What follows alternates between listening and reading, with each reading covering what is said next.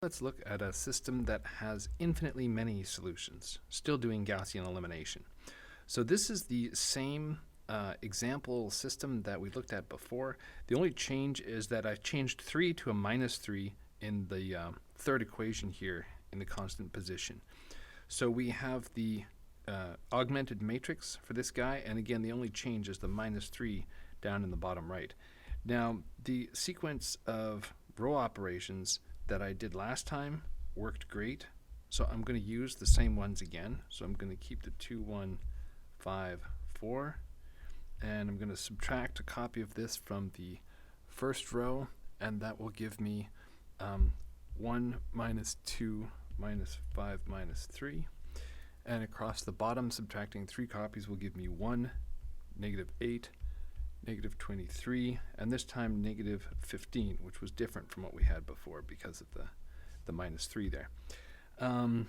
So now I will keep the 1, -2, -5, -3 across the top, and subtracting 2 copies of this from the second row, I get 0, 5, 15, 10.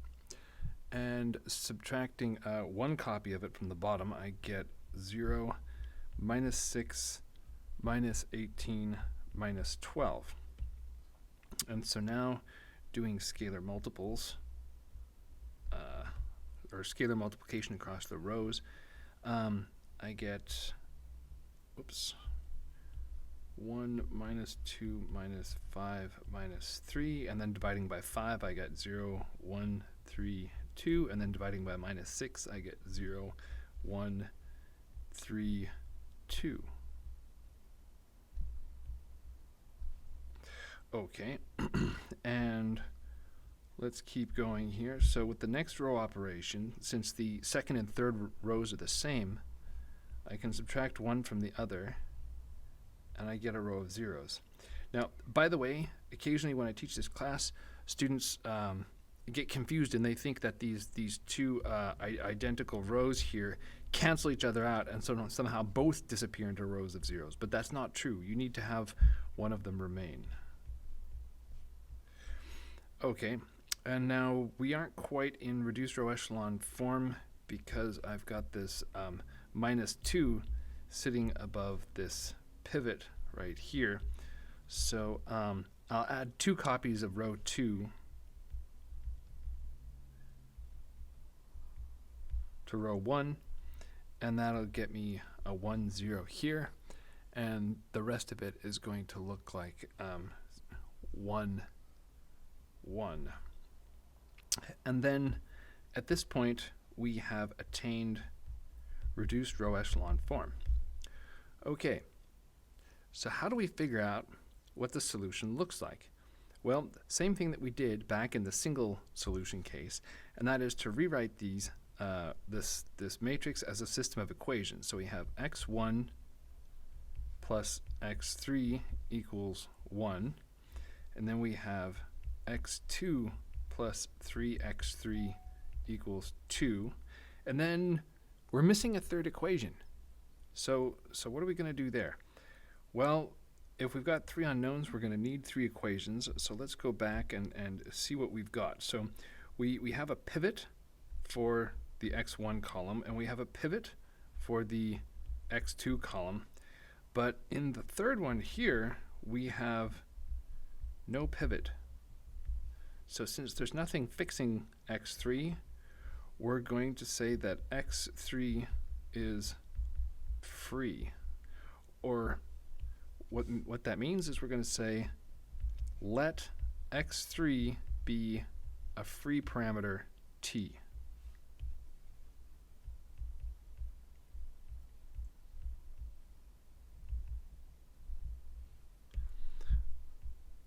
Okay, so now we have 3 equations and 3 unknowns. So we can solve in terms of these. So we have x1 plus t, since x3 is equal to t, is equal to 1, and x2 plus 3t is equal to 2, and x3 is equal to t. So, and I'm going to rewrite this system solving for x1, x2, and x3. So x1 is 1 minus t, x2 is 2 minus 3t, and x3 is t. So that tells me that my vector x, the solution then, let's see, so its first coordinate is x1, its second coordinate is x2, and its third coordinate is x3. So I have this guy. Now, for my final answer, I'm going to separate this into the part that contains t and the part that does not. So the part of the entry with no t is a 1 in the first one, a 2 in the next one, and then a 0 in the third one. And then I have t times minus 1 in the first coordinate, t times minus 3 in the second coordinate, and t times 1 in the third coordinate. Now, it's actually easier to see what's going on here if you start on the right and you do the matrix arithmetic here. So you multiply the t into each coordinate and then add these together, and you'll see that you get back to where we started from. But I would like the solution presented in this form right here. It will make more sense when we see other stuff later in the course. So the full solution set is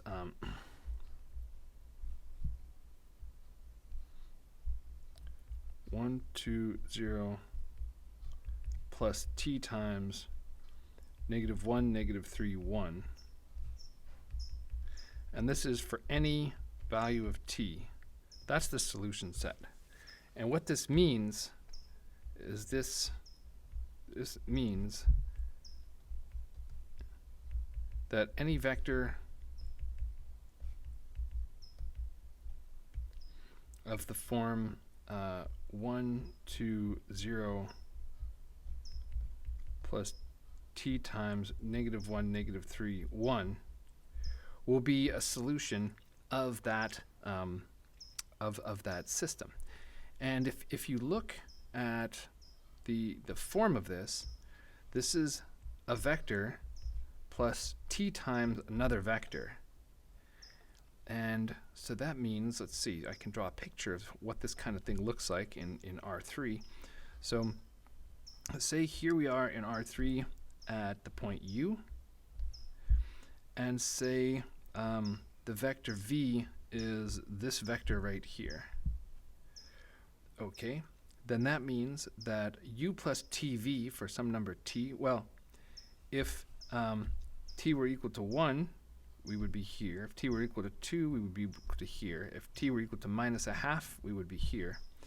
And so I have an entire line's worth of solutions that looks like this. And so geometrically, what we're saying here is that the solution set for this particular system is a line. It's a line that passes through this point 1, 2, 0, and it moves in the direction of this other vector, -1, -3, 1.